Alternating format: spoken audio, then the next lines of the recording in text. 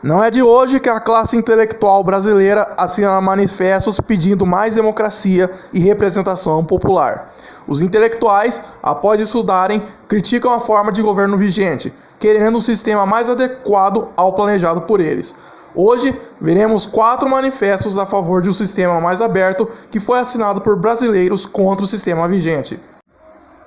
O Império Brasileiro era um regime monárquico que, apesar de não ser autoritário, era centralizado. Num sistema parlamentarista comum, quando o primeiro-ministro e os ministros do governo discordam do parlamento, o primeiro-ministro pode dissolver o parlamento e convocar novas eleições. E quando o parlamento não quer mais o primeiro-ministro, o parlamento pode votar pela demissão deste. Entretanto, o imperador brasileiro poderia interferir nesse sistema e dizer quem era demitido. O nosso Senado era um modelo romano, que, diferente do americano, não representava os estados, mas sim o imperador, tendo senadores nomeados pelo imperador, que poderia escolher entre os 3 mais votados para assumir um cargo vitalício. O sistema era elitista, com sufrágio censitário, que proibia pessoas com renda abaixo da média de votar. A monarquia brasileira era centralizada não apenas no imperador, mas também no Estado brasileiro, uma vez que as províncias não possuíam legislação, com governadores, muitas vezes vindos de fora da província, sendo nomeados pelo imperador para governar cada província. O Manifesto de Tu, que marcou a fundação do Partido Republicano, criticou a forma monárquica de governo, dizendo que a monarquia era um sistema europeu e não americano. O manifesto dizia, abre aspas, é a voz de um partido a que se alça hoje para falar ao país. E esse partido não carece de demonstrar a sua legitimidade. Desde que a reforma, alteração ou revogação da Carta outorgada de 1824 está por ela mesma prevista e autorizada, é legítima a aspiração que hoje se manifesta. Só a opinião nacional cumpre acolher ou repudiar essa aspiração. Nenhum tribunal pode julgar-nos, nenhuma outra autoridade pode interpor-se entre ela e nós. Neste país, que se presume constitucional e onde só deverão ter ação poderes delegados, responsáveis, acontece por defeito do sistema que só há um poder ativo, onímodo, onipotente, perpétuo, superior à lei e à opinião. E esse é justamente o poder sagrado, inviolável e irresponsável. O privilégio em todas as relações com a sociedade, privilégio de religião, privilégio de raça, privilégio de sabedoria, privilégio de posição, isto é, todas as distinções arbitrárias e odiosas que criam no seio da sociedade civil e política a monstruosa superioridade de um sobre todos ou de alguns sobre muitos. E a própria guerra exterior que tivemos de manter por espaço de 6 anos deixou ver, com a ocupação de Mato Grosso e a invasão do Rio Grande do Sul, quanto é impotente e desastroso o regime da centralização para salvaguardar a honra e a integridade nacional. A autonomia das províncias é, pois, para nós, mais do que um interesse imposto pela solidariedade dos direitos e das relações provinciais. É um princípio cardeal e solene que inscrevemos na nossa bandeira.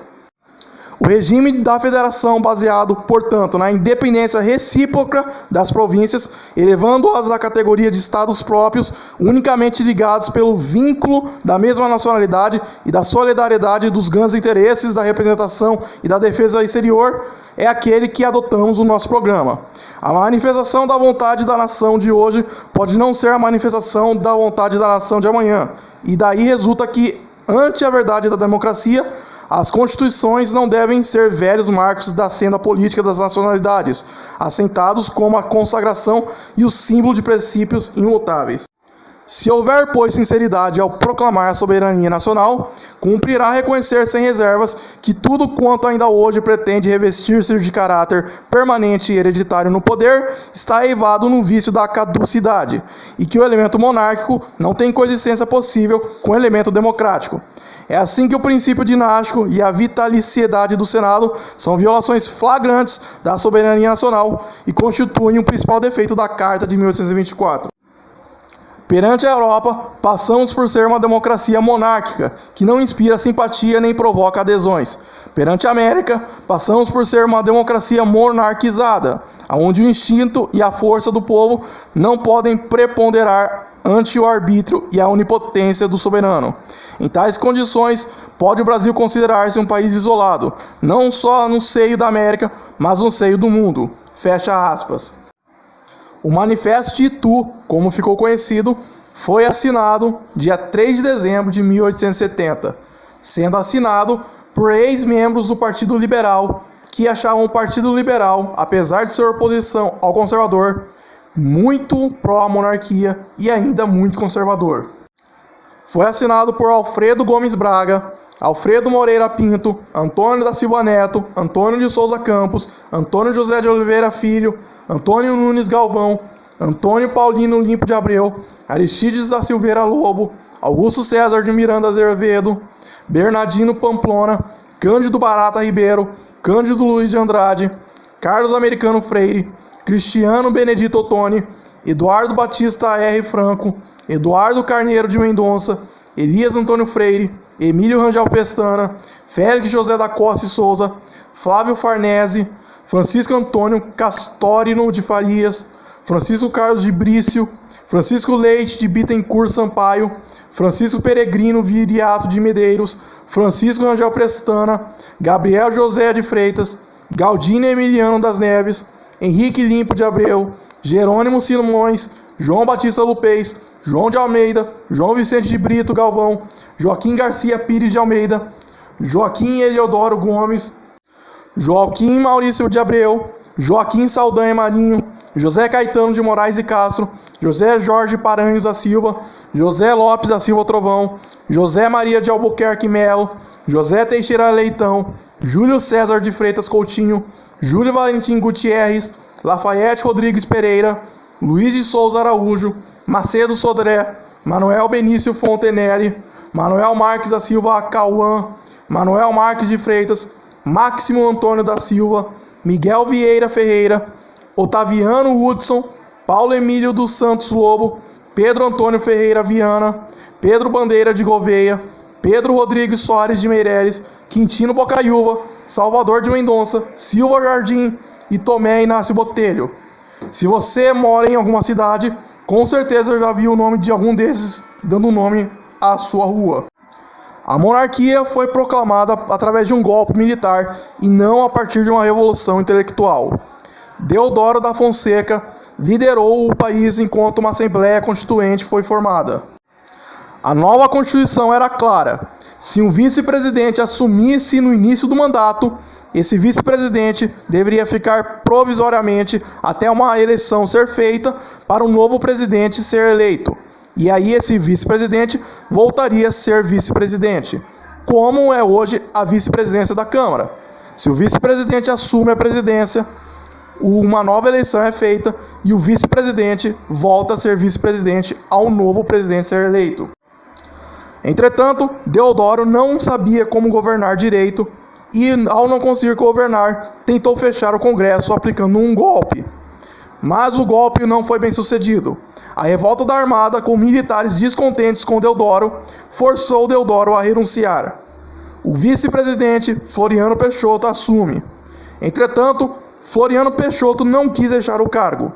Não apenas isso, ele vetou uma lei que dizia que o vice-presidente que assumisse não poderia concorrer à reeleição.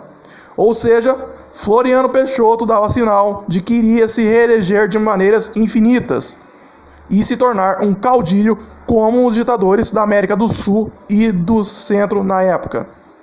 Foi aí que no dia 31 de março de 1892, 13 generais assinaram uma carta manifestando que Floriano Peixoto deveria deixar o cargo e permitir eleições previstas na Constituição para um novo presidente.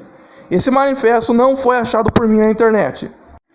Assinaram o manifesto o Marechal José de Almeida Barreto, o vice-almirante Eduardo Vander Kolk, o general da divisão José C. de Queiroz, o general da divisão Antônio Maria Coelho, o barão de Amambaí, o general da divisão Cândido José da Costa, o contra-almirante José Marques Guimarães, o general da brigada João Nepomuceno de Medeiros Malê, o contra-almirante Dionísio Manhães Barreto, o general de brigada João Severiano da Fonseca, o contra-almirante Manuel Ricardo de Cunha Couto, o general de brigada João José de Bruce, o general de brigada José Cerqueira de Aguiar Lima e o general de brigada João Luiz de Andrade Vasconcelos.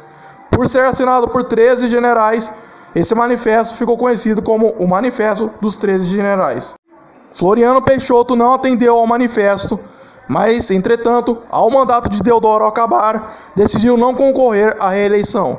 Floriano preferiu deixar o Brasil nas mãos do Partido Republicano Federal e indicou Prudente de Moraes como sucessor. Mesmo que quisesse reeleição, não iria se tornar um ditador, uma vez que Floriano Peixoto morreu poucos meses depois de sair do cargo. Após a Revolução de 1930, Getúlio Vargas chegou ao poder e de lá não saiu mais. Uma nova eleição foi feita e Vargas foi eleito presidente. Entretanto, nesse segundo mandato de presidente, Vargas fecha o Congresso e declara um estado de sítio. Uma nova Constituição foi feita. E essa Constituição dizia que Vargas teria um mandato transicional até que novas eleições fossem feitas. Entretanto, não havia expectativa de quando esse mandato transicional iria acabar. Após diversos subornos vindos de Franklin Roosevelt, o presidente dos Estados Unidos, Vargas se alia aos aliados na Segunda Guerra Mundial. Muitos pensam que é incoerente um governo ditatorial ser aliado contra Hitler. Entretanto, muitos governos ditatoriais, como a Polônia, de onde veio a Constituição brasileira da época, a Grécia e a China, se aliaram aos Estados Unidos contra o eixo. Ou seja, ainda assim, uma ditadura poderia estar do lado dos aliados. Foi aí que, no dia 24 de outubro de 1943, um grupo de intelectuais mineiros do estado de Minas Gerais, que apoiou a Revolução de 1930 e era na época o estado mais populoso do Brasil, assinou um manifesto contra a Era Vargas. O manifesto ficou conhecido como o Manifesto dos Mineiros e dizia, abre aspas, as palavras que nessa mensagem dirigimos aos mineiros queremos que sejam serenas, sóbrias e claras. Nelas não se encontrará nada de insólito, nenhuma revelação. Dirigimos-nos, sobretudo, ao espírito lúcido e tranquilo dos nossos coestaduanos, a sua consciência firme e equilibrada, onde as paixões perdem a incandescência, se amortecem e deixam íntegro o inalterável senso de análise e julgamento. Este não é um documento subversivo, não visamos agitar nem pretendemos conduzir. Falamos à comunidade mineira sem enxergar divisões ou parcialidades, grupos correntes ou homens. Assim como não pretendemos conduzir, não teremos o propósito de ensinar. Mas ensinar é uma coisa e recordar, retomar consciência de patrimônio moral e espiritual, que seria perigoso considerar uma vez por todas como definitivamente adquirido, é outra muito diferente. Num tom de conversação em família numerosa, porém unida e solidária, queremos recordar aos mineiros que o patrimônio moral, como espiritual, não sobrevive ao desleixo. Os bens materiais arruinam-se e se perdem quando a diligência do dono não se detém sobre eles. As conquistas espirituais também se perdem quando o homem as negligencia, por lhe parecer assegurada a sua posse. As ideias e sentimentos a que buscamos aqui dar expressão cessaram de ser um estado natural de coisas. Uma dúvida paira sobre elas no seio dos povos cujo espírito de demissão se acomodou com os atentados aos mais imprescritíveis direitos do homem e do cidadão. O Brasil pertence à cultura ocidental e dela não se poderá isolar nunca, exatamente porque o nosso destino está de maneira indissolúvel ligado ao Ocidente. Nós sofremos a flutuação de seus valores morais e espirituais. A democracia não era mais, há alguns anos passados, um bem assegurado. Vivia ameaçada de dentro e de fora das nações, e em muitos países falhou completamente. Em consequência desses acontecimentos que atingiram várias das maiores nações do Ocidente, o povo de Minas Gerais, como, afinal de todo o Brasil, vê-se forçado a uma atitude de total retraimento e absoluto mutismo. Por isso, as ideias que aqui recordamos aos mineiros passaram a constituir apenas o tema das palestras e comentários privados, no seio dos lares da nossa pacífica e grave Minas Gerais. a extinção de todas as atividades políticas e de todos os movimentos cívicos forçou os mineiros, reduzidos à situação de meros habitantes da sua terra, a circunscreverem a sua vida aos estreitos limites do que é o cotidiano e privado.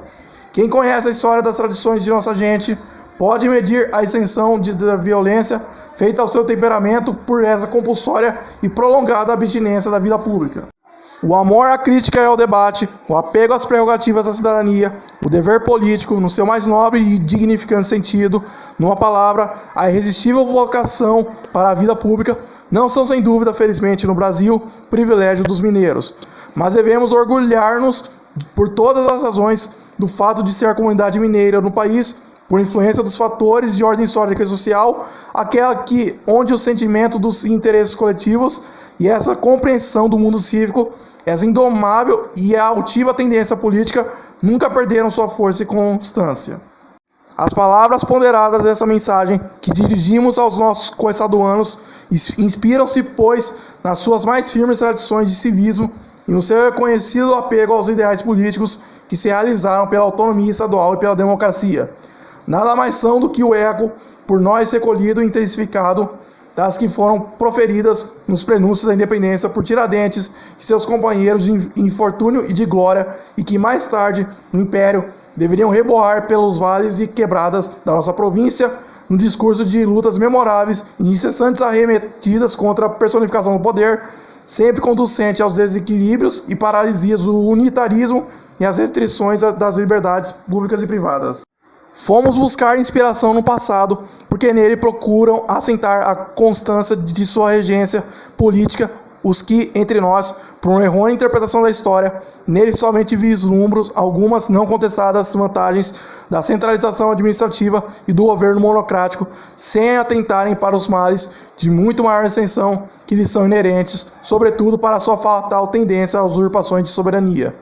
Recorrendo por nosso turno àquele passado, temos em vista focalizar de preferência as ininterruptas reivindicações cívicas e provinciais que deveriam manter a opinião do país em contínua vigilância e suspender, no impulso dos seus movimentos, entre muitos outros, homens de têmpera e da vocação democrática de Teófilo Otoni, Francisco Otaviano, Tavares Bassos, José Bonifácio Mozo, Aristides Lobo, Quintino Bocaiúva, Campos Salles, Prudente de Moraes, Cesário Alvim, João Pinheiro, Rui Barbosa, Benjamin Constant, Assis Brasil e Júlio de Castilhos.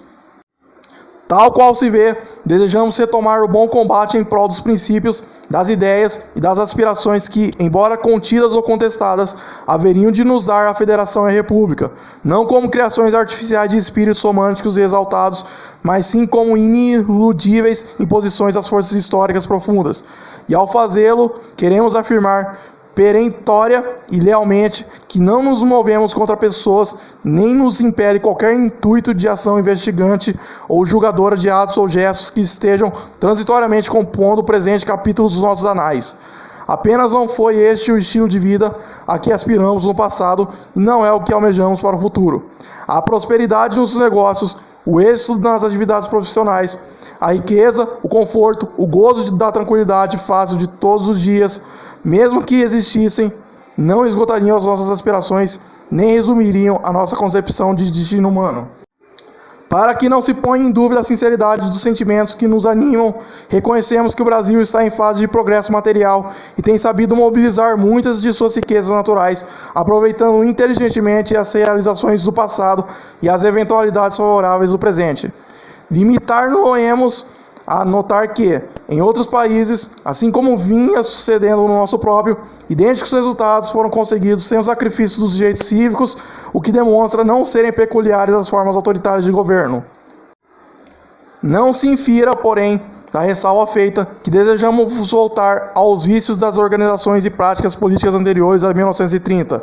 Impossível seria negar que, de posse do poder, muitos dos seus homens, não raros, se valiam, como se suas próprias fossem, das graves faculdades de pagar e prender, nomear e demitir, promover e premiar, a fim de adquirir e penhorar dedicações pessoais, com que armavam e mantinham máquinas eleitorais destinadas a corromper a expressão dos sufrágios populares e impedir o livre desenvolvimento das nossas melhores vocações políticas. Condenamos com firmeza os erros, as corrupções e os abusos do regime transposto definitivamente em outubro de 1930. Mas se um desses abusos, aquele que antes de todos deveria suscitar a revolução, foi precisamente o da hipertrofia no poder executivo, manifestação atávica do poder pessoal, nunca suficientemente condenado no Império e nos últimos tempos a chamada República Velha, caracterizada pela incidência da chefia suprema do governo e da política das mãos de um só homem, sempre desejoso de perpetuar-se mediante indicação de um sucessor, se entre aqueles erros, os mais apontados entendiam com o ludíbrio da opinião pública, traduzida em sufrágio, e com a opressão de estados de sítio de duvidosa legitimidade e de excessiva duração. Claro é que, recusando-se-nos a volver ao passado, impossível nos seria aceitar como definitiva qualquer ordem política na qual, para evitar a defraudação de sufrágios, se fechassem as urnas. Para prevenir o estado de sítio ilegal, se fizesse legal a sua perpetuidade e, por derradeiro, para obstar a hipertrofia do poder executivo, fosse este transformado em poder constitucional realmente único. Não é bastante que figurem em diplomas constitucionais franquias e direitos dos cidadãos. O essencial é que sejam assegurados e que possam ser exercidos.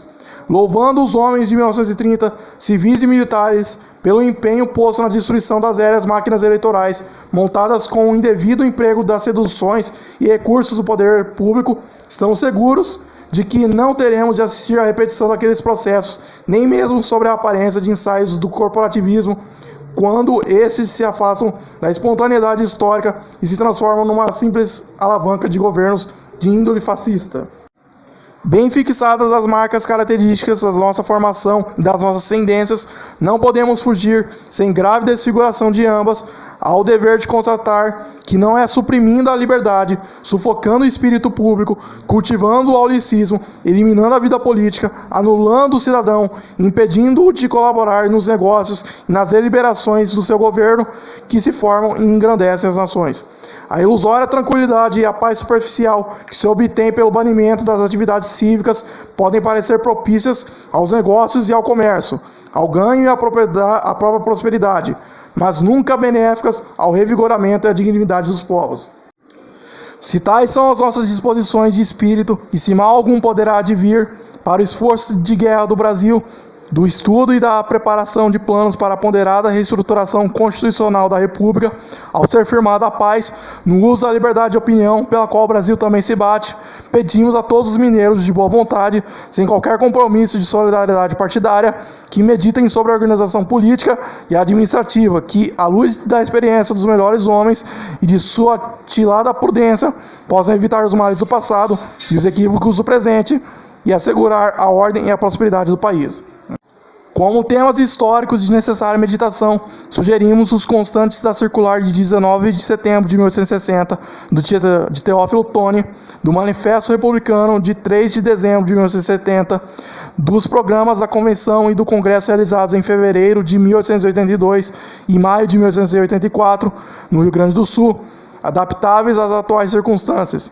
Igual atenção merece as Constituições de 1891 e de 1934 e a Carta outorgada em 10 de novembro de 1937, bem como os documentos básicos das nossas grandes campanhas eleitorais de 1910, 1919, 1922 e 1930.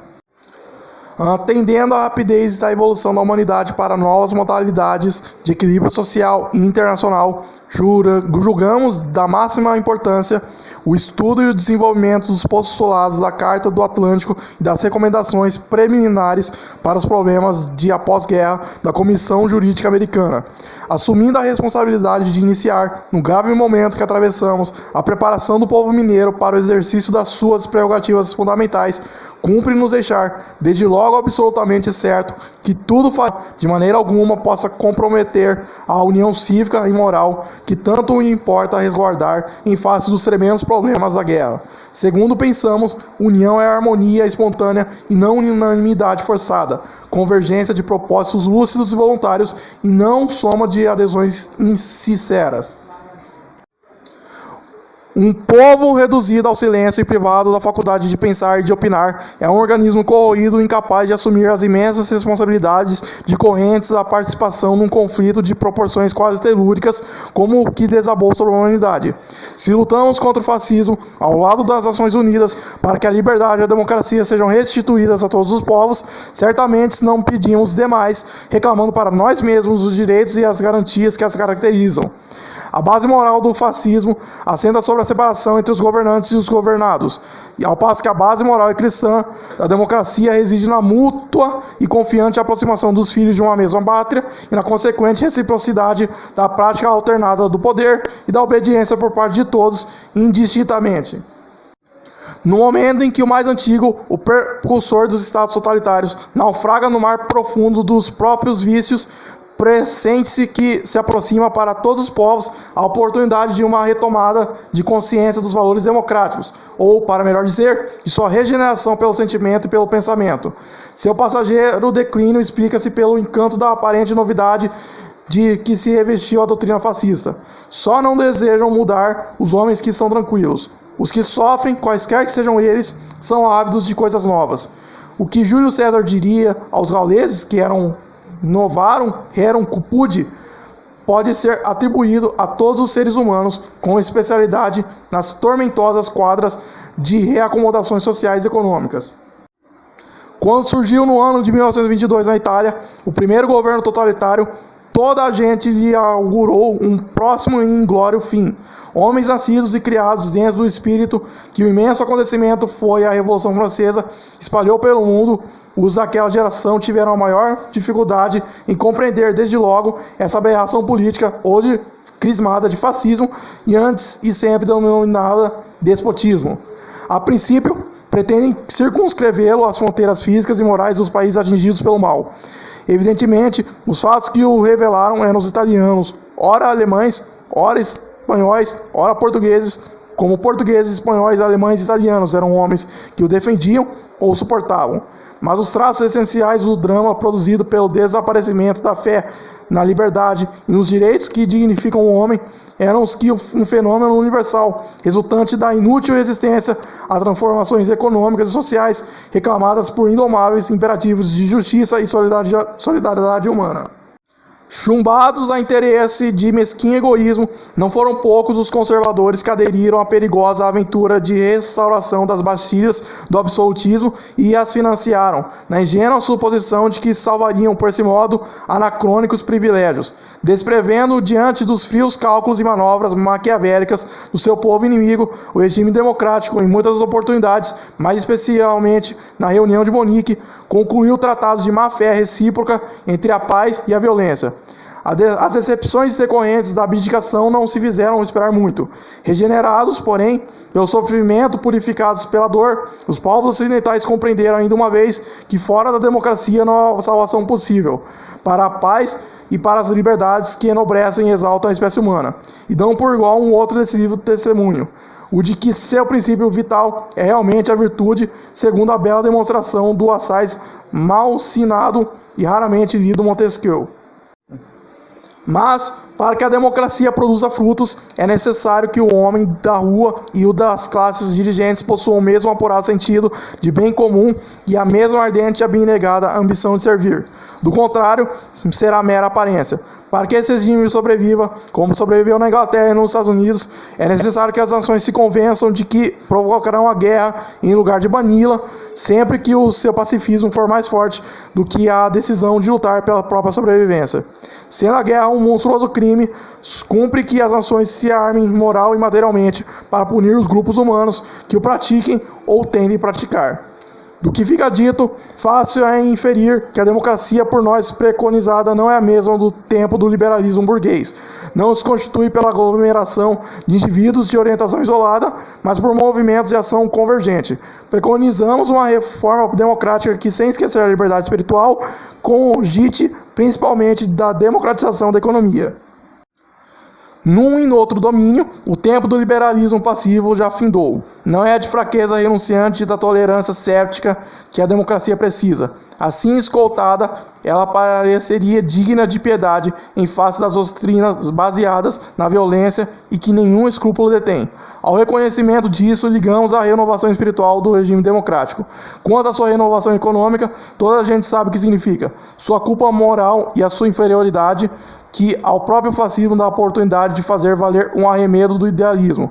Reside no domínio do dinheiro que, com a passividade da Revolução Burguesa, substituiu-se subrepticiamente às desigualdades do feudalismo, o que é sem dúvida mais moderno, embora seja igualmente injusto.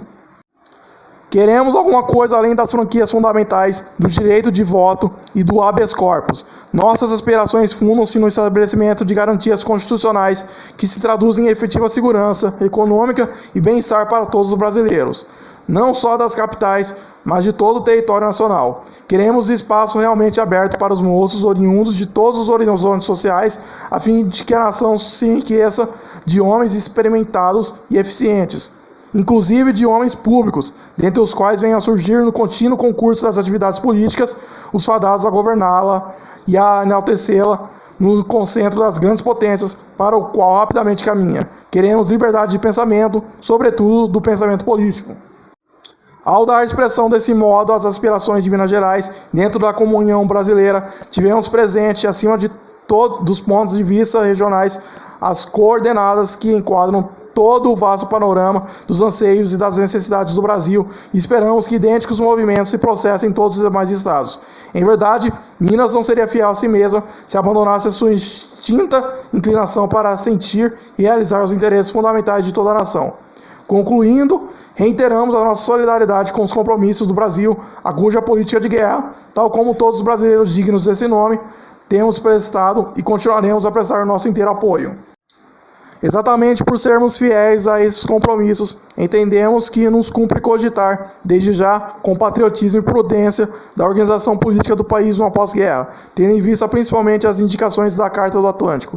O povo a que alude este famoso documento que orienta a comunidade das Nações Unidas só pode ser o que se manifesta pelo voto espontâneo e livre, pois, de outra sorte, absurdo e iníquo seria que se destruísse com tão surpreendente dispêndio de sangue e de riqueza o sistema político que Hitler, Mussolini e seus inúmeros cúmplices sempre proclamaram como aplaudido e consagrado pelos povos da Itália e da Alemanha para mantê-lo sob especiosos disfarces de vitória.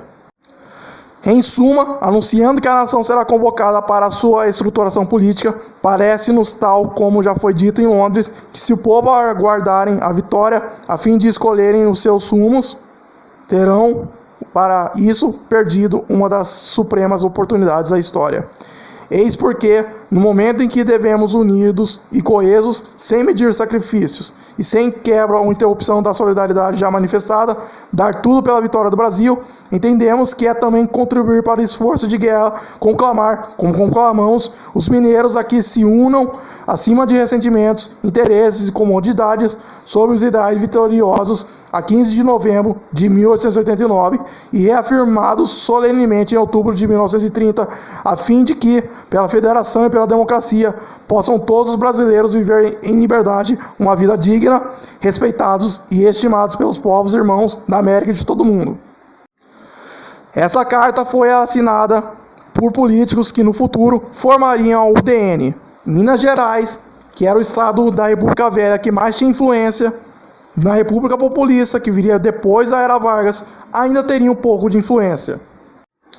Esses políticos foram Adalto Lúcio Cardoso, Adolfo Bergamini, Arquiles Maia, Afonso Arinos de Melo Franco, Afonso Pena Júnior, Alaor Prata, Alberto Deodato, Alfredo Carneiro, Viriato Catão, Alfredo Martins de Lima Castelo Branco, Aloísio Ferreira de Sales, Álvaro Mendes Pimentel, André de Faria Pereira, Antônio Carlos Vieira Cristo, Antônio Neder, Arthur Bernardes Filho, Arthur Soares de Moura, Astolfo Rezende, Augusto Couto, Augusto de Lima Júnior, Belmiro Medeiros da Silva, Bilac Pinto, Bueno Brandão, Caio Mário da Silva Pereira, Caio Nelson de Sena, Cândido Naves, Carlos Campos, Carlos Horta Pereira, Carmelindo Pinto Coelho, Dalmo Pinheiro Chagas, Daniel de Carvalho, Dário de Almeida Magalhães, Darcy Bessone de Oliveira Andrade, Edgar de Oliveira Lima, Edmundo Menezes Dantas, F. Mendes Pimentel, Fausto Salvim, Feliciano de Oliveira Pena,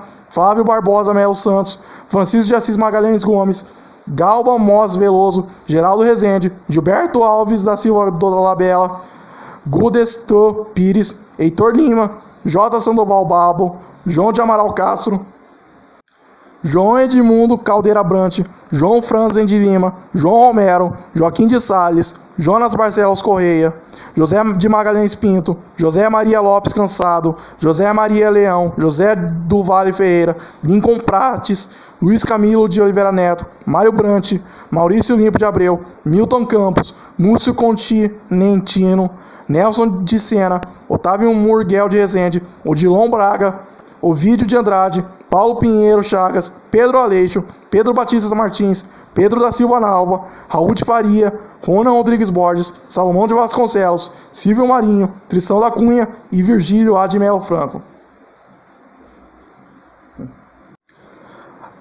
Após a era Vargas, a democracia voltou ao país. Entretanto, a democracia que a UDN queria não foi como prevista.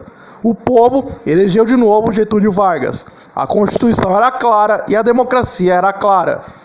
Quem era eleito deveria ganhar e se assumir a presidência. Assim, a UDN cada vez mais começou a se opor à Constituição e se opor às eleições. Por exemplo, em 55, Juscelino Kubitschek ganhou por apenas 5 pontos percentuais de Juarez Távora, apoiado pela UDN. Não havia segundo turno, a Constituição era clara, quem ganhasse no primeiro turno vencia a eleição. A UDN se opôs. Ao Jânio Quadros renunciar, João Goulart deveria assumir a presidência e deveria ficar até o final do mandato com a nova Constituição, que dizia que agora, mesmo no início do mandato, o vice-presidente ficaria até o final. A UDN se opôs. A UDN ajudou os militares no golpe de 1964, que instaurou o regime militar. Diferente da era Vargas, onde a democracia era criticada, a ditadura militar dizia estar mantendo a democracia e combatendo possíveis tentativas de instaurar ditaduras. Entretanto, os militares começaram a fazer excessos, e cada vez mais esses excessos se tornaram padrão. Era claro para muitos que os combatedores das ditaduras começaram a se tornar ditadores. A elite se dividiu em 3 grupos.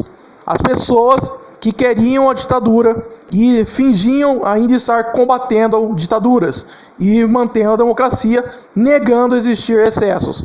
O segundo grupo queria o retorno à democracia, assumia que existia uma ditadura, mas não apoiava eleições diretas, porque temia um novo Getúlio Vargas ser eleito. E o terceiro queria de volta as eleições diretas. Goffredo Telles Jr. era um integralista que durante a República Populista foi deputado pelo Partido da Representação Popular, fundado por Plínio Salgado. O integralismo em si não defende o fascismo num sentido de ditadura, defendendo uma democracia orgânica. Em 1977, Goffredo Telles escreveu a Carta aos Brasileiros, em que criticava a ditadura militar. Eu não vou ler essa carta inteira, porque essa carta é muito longa, mas vou deixar um link da leitura dessa carta. Essa carta serviu de inspiração à Carta pela Democracia, que foi redigida e lida por famosos em 2022. Durante a leitura de algumas cartas, principalmente no Manifesto aos Mineiros, eu tive problemas na dicção, mas acho que vocês vão conseguir entender se colocarem um vídeo de maneira lenta, sem acelerar. Se gostou do canal, verá que existem 3 botões: o do joinha, o de se inscrever e o do sininho. Se gostou do vídeo, clique no joinha. Se quer lembrar do meu canal, clique no de se inscrever. E se quer saber de novos vídeos, clique no sininho. Até mais!